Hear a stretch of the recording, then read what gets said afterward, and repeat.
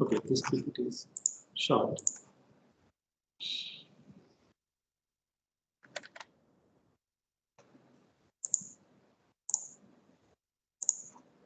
Yeah. Okay, so now we will discuss how Roofline model helps in optimizations. We have already discussed a lot on this. So there are three broad categories of optimizations that are possible using Roofline model. So this is our original Roofline model.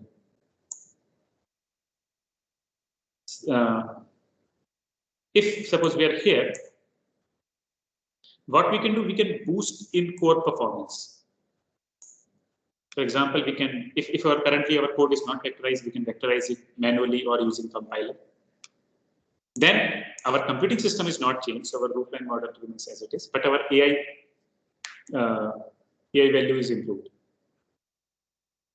So sorry, I mean the AI value remains there, but we are able to use the hardware capability of the processing system.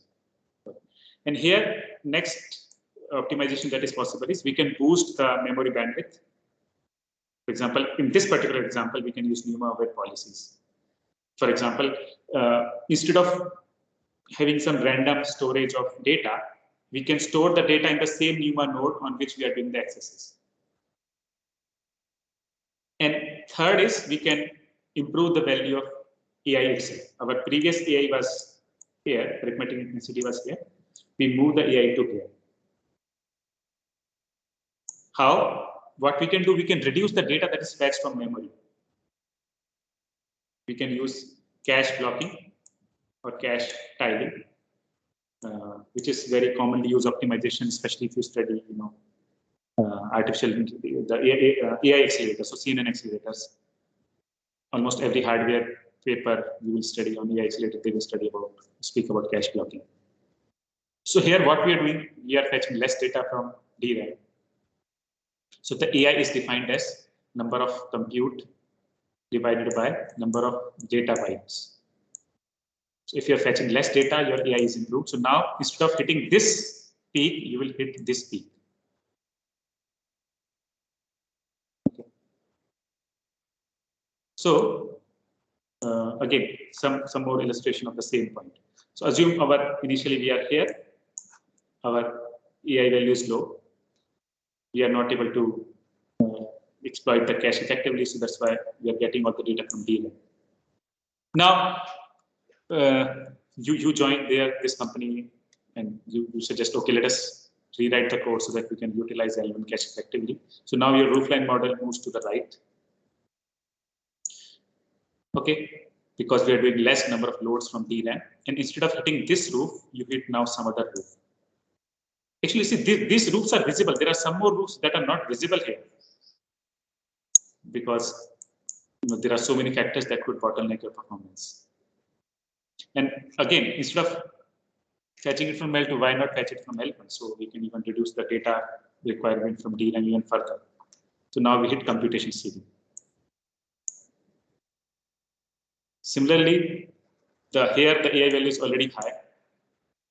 It is compute bound, but it is not using vectorization, FMA, or both the VPUs. Then once we implement vectorization, we further improve the performance. And if we can use FMA also, we can further improve the performance. So in practical scenarios, those who are doing especially performance tuning in HPC field and so on, you will you will find this idea very, very useful. And all I think, if you see like Intel or AMD processors, they will provide, they will have this utilities like VTune, which will give you insights. Where are you spending the cycles? So from that, you can find out what is the bottleneck.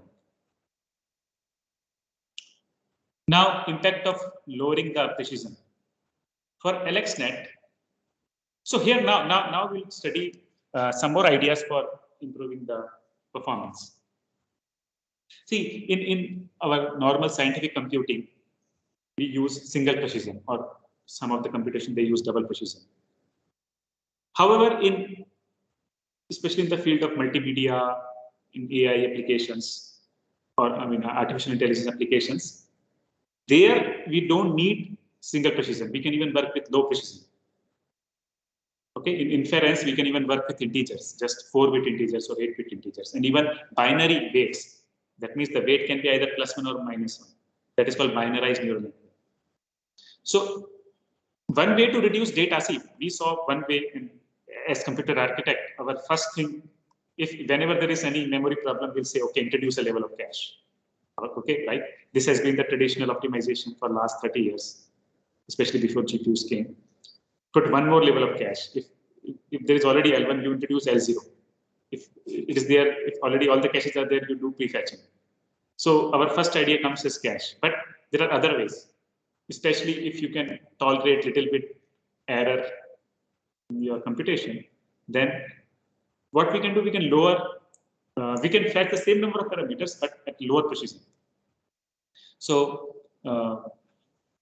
16-bit fixed point operations, compared to that, we can go to 8-bit, or we can even go to binary. So here in this example for AlexNet, the performance for binary operations is 16 times higher than 8-bit fixed point, and 53 times higher than 16-bit fixed point. Because when you are fetching less, I mean, your data bit, instead of fetching 16-bit data, when you are only fetching 1-bit data, not only your storage capability is improved, your computation also is also much more efficient.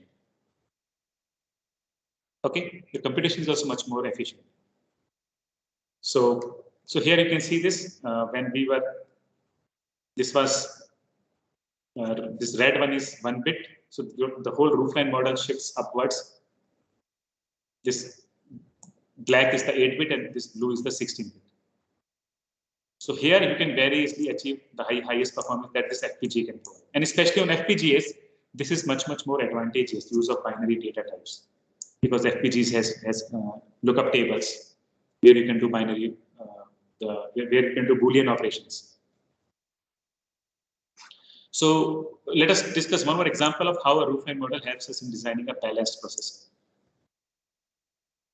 Okay, suppose this is our original processor, this is the roofline model of that processor, and this is your application which has this value of AI. And currently, your application is compute bound on this processor.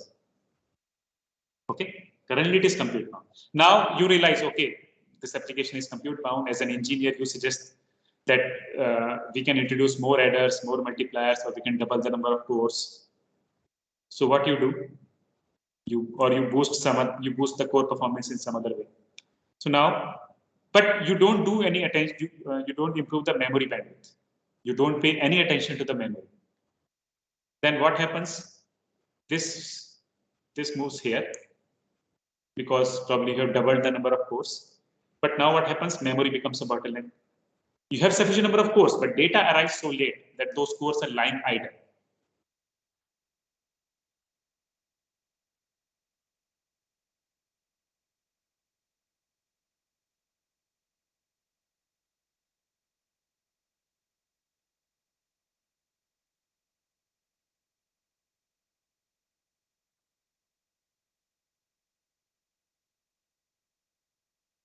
Per second, 31 gigabytes per second. That's why in version 2 and 3, they drastically improved the memory bandwidth, because in version 1, all the applications were getting bottleneck because of the poor memory bandwidth. So that's why you will see in each version they have made very intelligent optimizations. What is the bottleneck in this version? Let us understand that, and based on this, design the next version. So optimizing only one of the memory compute is not good. We need to optimize both of them and balance them. This is the lesson, and you will see any good processor design. For example, go and read the paper, very recent paper on Power 10 from IBM. You'll see that they have made holistic optimizations, not just optimization on one field.